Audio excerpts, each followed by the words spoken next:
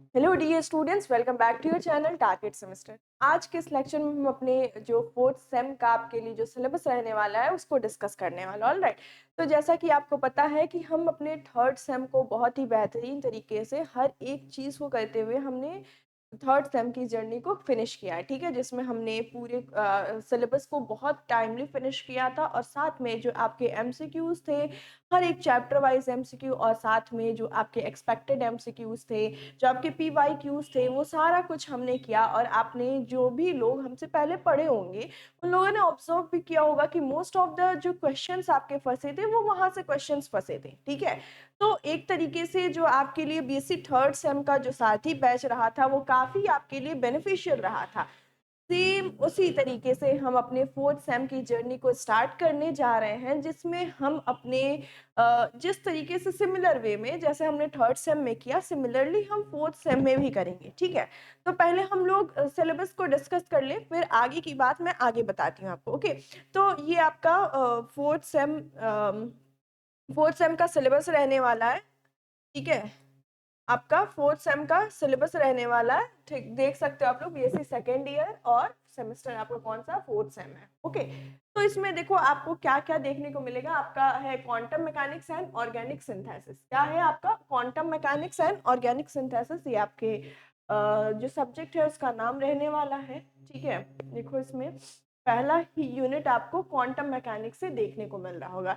जैसे देखो हम लोग क्या पढ़ते हैं, हम लोग अपने फर्स्ट सेम में हमने पढ़ा था कि जो भी प्रिंसिपल क्वांटम, सारे क्वांटम नंबर्स के बारे में स्टडी किया था, ठीक है। उससे परे जो आपका क्वांटम मैकेनिक्स, वहीं से चीजें ये सारी लिंक्ड है क्वांटम मैकेनिक्स। इसी क्वांटम मैकेनिक्स के बारे में हमें यहाँ पे स्टडी करना है।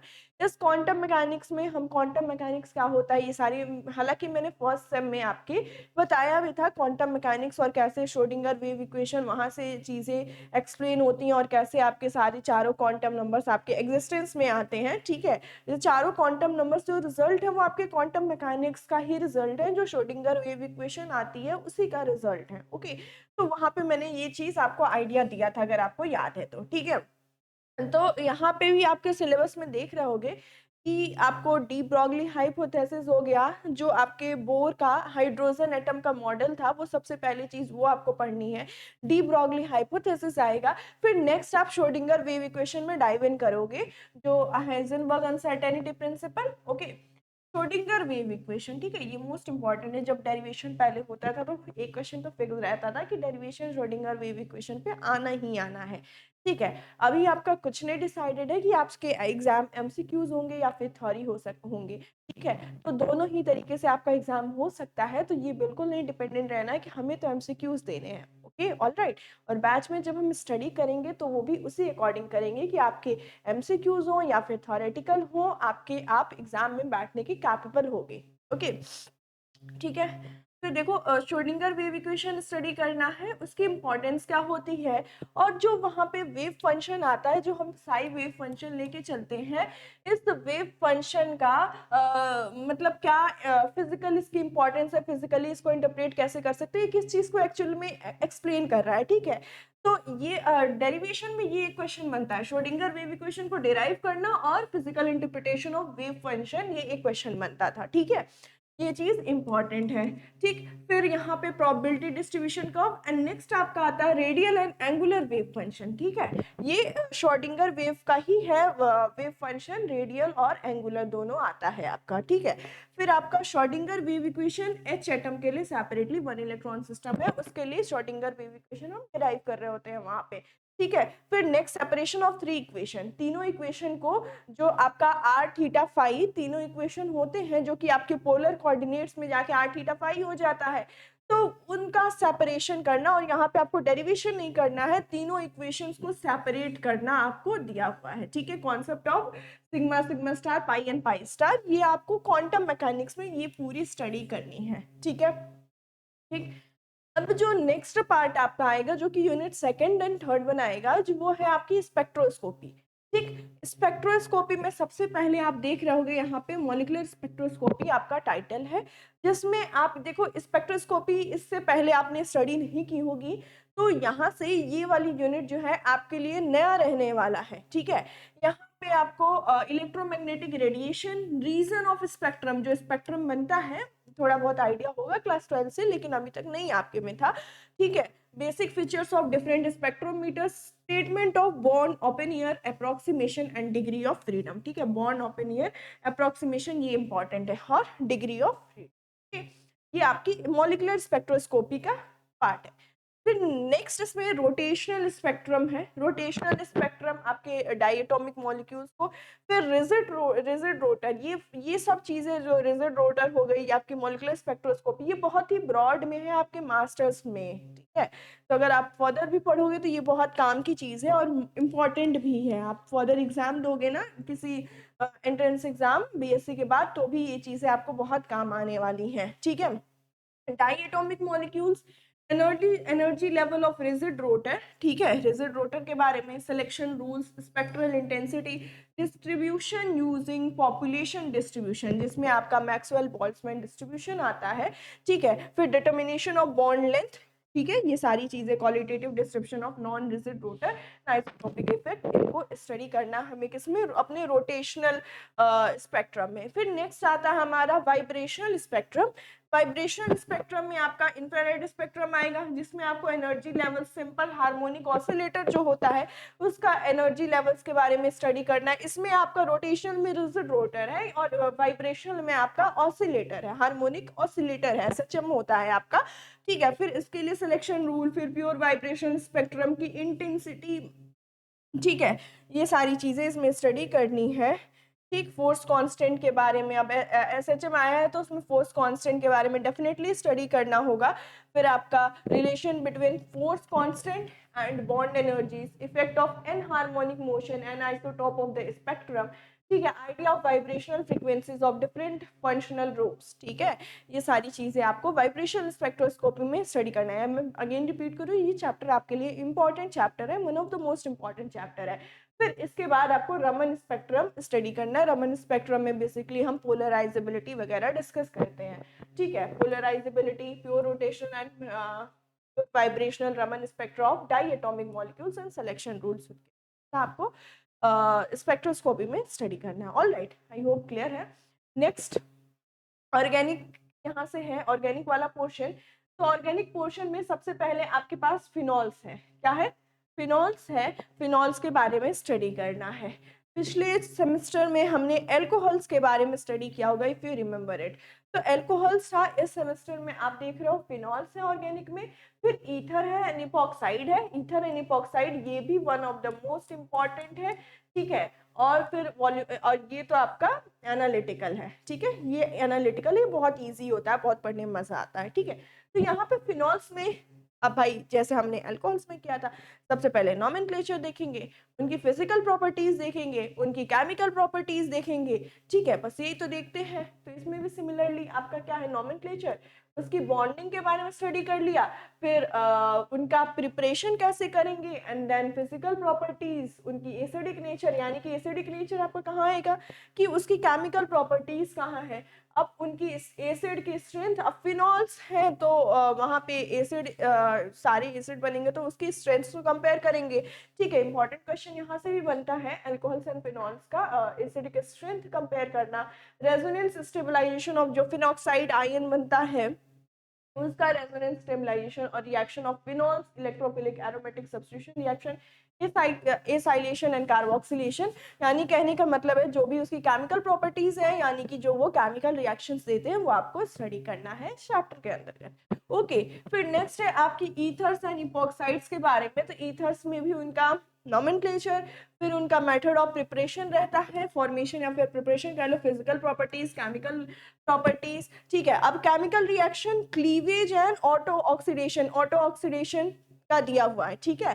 फिर आपका सिंथेसिस, इपॉक्साइड्स की सिंथेसिस कैसे होती है ये पढ़ना है कल वाले पोर्शन के बाद। फिर acid base catalyse ring opening of epoxides को स्टडी करना है। ये आपके ईथर्स, जो कि ऑर्गेनिक का पोर्शन यहाँ पे खत्म हो जाएगा।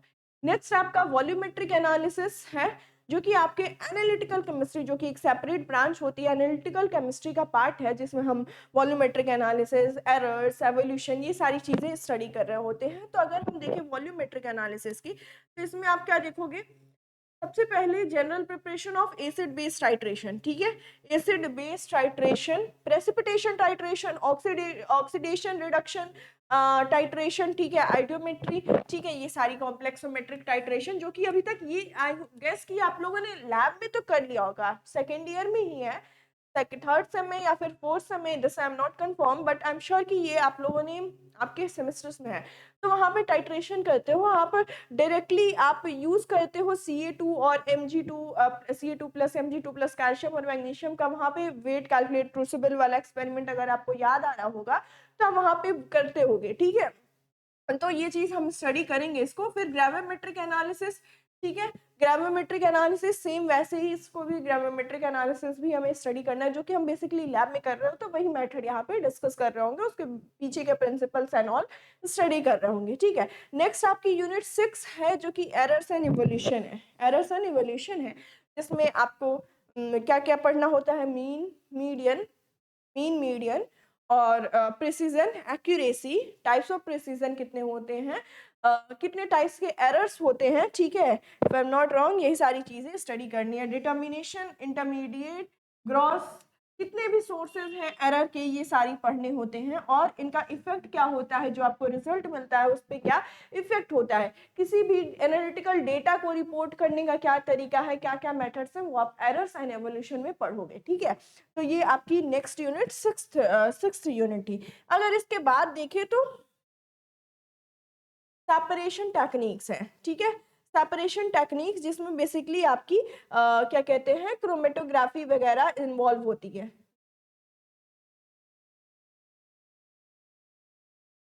हाँ, सेपरेशन टेक्निक, तो देखो इसमें सबसे पहले है सॉल्वेंट एक्सट्रैक्शन। सबसे पहले क्या है, सॉल्वेंट एक्सट्रैक्शन। अब देखो आपके दिमाग में बहुत सारे क्वेश्चंस आ रहे होंगे, जो लोग पहली बार देख रहे होंगे कि मैम ये देखने के बाद ठीक है सिलेबस तो बता दिया, बट जो कंटेंट है उसको कहाँ से स्टडी करना है, क्या सिलेबस बता के आप गायब हो जाओगे? तो no, I will be here supporting you and helping you out. कैसे? तो उसके लिए आपको BSc 4 सेम का साथ ही बैच लेना होगा। ये BSc 4 सेम का साथ ही बैच है, जिसमें हम अपनी फर्दर की जो स्टडीज होंगी उसको कंटिन्यू करेंगे। और ये साथ ही बैच परचेज करने से पहले अगर यू आर नॉट श्योर कि कैसे पढ़ाई होती है, तो आपको एक डेमो लेक्चर भी दिया जाएगा, ओके, आपको डेमो लेक्चर भी प्रोवाइड किया जाएगा, ओके। तो आप उसको वॉच करके फिर आगे से जुड़ सकते हो। तो इस BSc साथी बैच आपको, जो BSc 4 सेम का साथी बैच है, ये मिलेगा कहाँ? तो लेट मी टेल यू, ये आप जब target Gurukul mobile app download करोगे तो वहाँ से आपको 4 सेम कोर्स में जाके कोर्स सेक्शन में आपको 4 सेम का साथी बैच देखने को मिलेगा, जिसमें आपको इस साथी बैच में क्या क्या दी जाती हैं। तो आपको पूरी क्लास मतलब वीडियो लेक्चर्स के फॉर्म में, या तो वो लाइव होंगी या तो रिकॉर्डेड होंगी, दोनों ही फॉर्म में प्रोवाइड की जाती हैं, ठीक है। आपके डाउट सॉल्व होते हैं, साथ में MCQs प्रोवाइड किए जाते हैं, ठीक है, थ्योरी क्वेश्चंस प्रोवाइड किए जाते हैं, MCQ क्वेश्चंस प्रोवाइड किए जाते हैं, जिस भी मोड में आपका एग्जाम होना है आपको प्रोवाइड की जाएंगी सारी चीज़ें। और one of the most important कि आपको मेंटोरशिप भी दी जाती है, कभी भी आप कॉल कर सकते हो and you can reach out to us, okay. तो ये सारी चीजें आपको प्रोवाइड कर दी जाती हैं बैच में। ये बैच किस किस के लिए है, किस किस सब्जेक्ट के लिए है? तो देखो यहाँ पे आपको फिजिक्स हो गया, केमिस्ट्री हो गया, जुअलॉजी, बॉटनी, मैथ्स, ये जो 5 सब्जेक्ट है ना, एक ही बैच में मिलेंगे आपको, एक ही बैच में। जी हाँ, एक ही बैच में। जब आप BSc 4 सेम का साथ ही बैच परचेज करोगे तो ऐसा नहीं है कि वो सिर्फ केमिस्ट्री के लिए रहेगा, नहीं, वो आपके पांचों, अगर आप PCM है आपका तो आप PCM पढ़ सकते हो यहाँ से, अगर आपका PCB है, PCB तो नहीं होता है, मतलब आप बायो बैकग्राउंड से हो तो आपको botany, zoology and chemistry provide कर दिया जाएगा, ओके। तो आपको कोई दिक्कत नहीं आने वाली है। और ये बैच की प्राइस की बात करें तो ये बैच 699 ओनली, बैच कितने का है? 699 ओनली। और इस 699 में आपके ये जो सब्जेक्ट लिस्ट जो भी यहाँ पे दिख रहा है ना, ये सारे सब्जेक्ट्स जब तक कंप्लीट नहीं हो जाते, सबका लेक्चर जब तक कंप्लीट नहीं हो जाता, पूरा सिलेबस कंप्लीट नहीं हो जाता, तब तक ये बैच आपके लिए 699 का बैच ये आपका वैलिड रहेगा, कोई आपको फर्दर पेमेंट नहीं करनी होगी, ठीक है। तो ये रहा आपका बैच। आई होप कि आपको क्लियर हो गया होगा। वापस से आ जाते हैं सिलेबस पे, जिसमें हमारा एक यूनिट बचा हुआ है, जिसमें आपका सॉल्वेंट एक्सट्रैक्शन, इसका classification, principle and efficiency of the technique, mechanism of extraction की कैसे करते हैं, extraction by solvation and chelation, technique of extraction कैसे करते हैं, बैच हो गया, कॉन्टिन्यूस हो गया, काउंटर एंड करंट एक्सट्रैक्शन हो गया, ठीक है। Qualitative and quantitative aspects of solvent extraction, जिसमें आपका एक्सट्रैक्शन ऑफ मेटल आयंस आएंगे from aqueous solution, extraction of organic species from aqueous and non aqueous media. ये आपका सेपरेशन टेक्निक्स में पढ़ना है कि ऑल टुगेदर की सेपरेशन होगा कैसे, ठीक है। फिर क्रोमेटोग्राफी है, क्रोमेटोग्राफी भी इंपॉर्टेंट होती है, बार बार आपका पीछा नहीं छोड़ती है, एग्जाम्स में थोड़े नंबर कैरी करती है लेकिन कैरी जरूर करती है।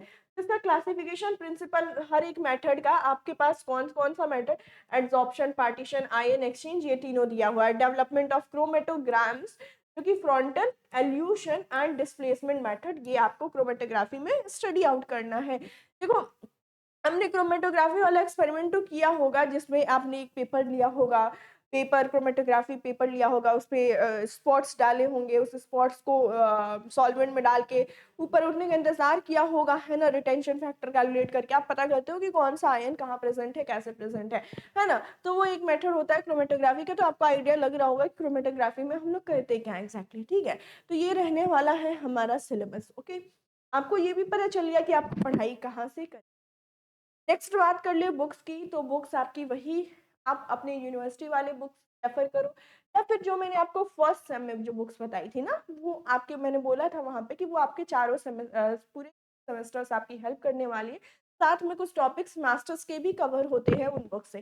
कौन कौन सा बताया था, पूरी शर्मा गालियन, पूरी शर्मा पठानिया, ठीक है, जो कि फिजिकल और इनऑर्गेनिक के रहने वाली है। इनऑर्गेनिक के लिए आपकी कॉटन भी बहुत सही है, ठीक है। और ऑर्गेनिक के लिए मैंने आपको क्लेडन बताई हुई है, हुई ले सकते हो। ये सारी बुक्स स्टैंडर्ड बुक्स हैं और बहुत ही अच्छी होती हैं, ठीक है। तो आई होप आपको अभी कोई भी डाउट नहीं होगा, ठीक है। बैच हमारा जल्दी स्टार्ट होगा, ऑलमोस्ट आज 4 है और हम 10 जनवरी से हम अपने बैच को स्टार्ट कर देंगे। आपको लेक्चर्स मिलने स्टार्ट हो जाएंगे, लाइव भी लेंगे हम, रिकॉर्डेड भी करने वाले हैं। तो जुड़ना मत भूलिएगा जल्दी से, ठीक है। अब मिलेंगे हम अपने बैच में। Till then take care and bye bye.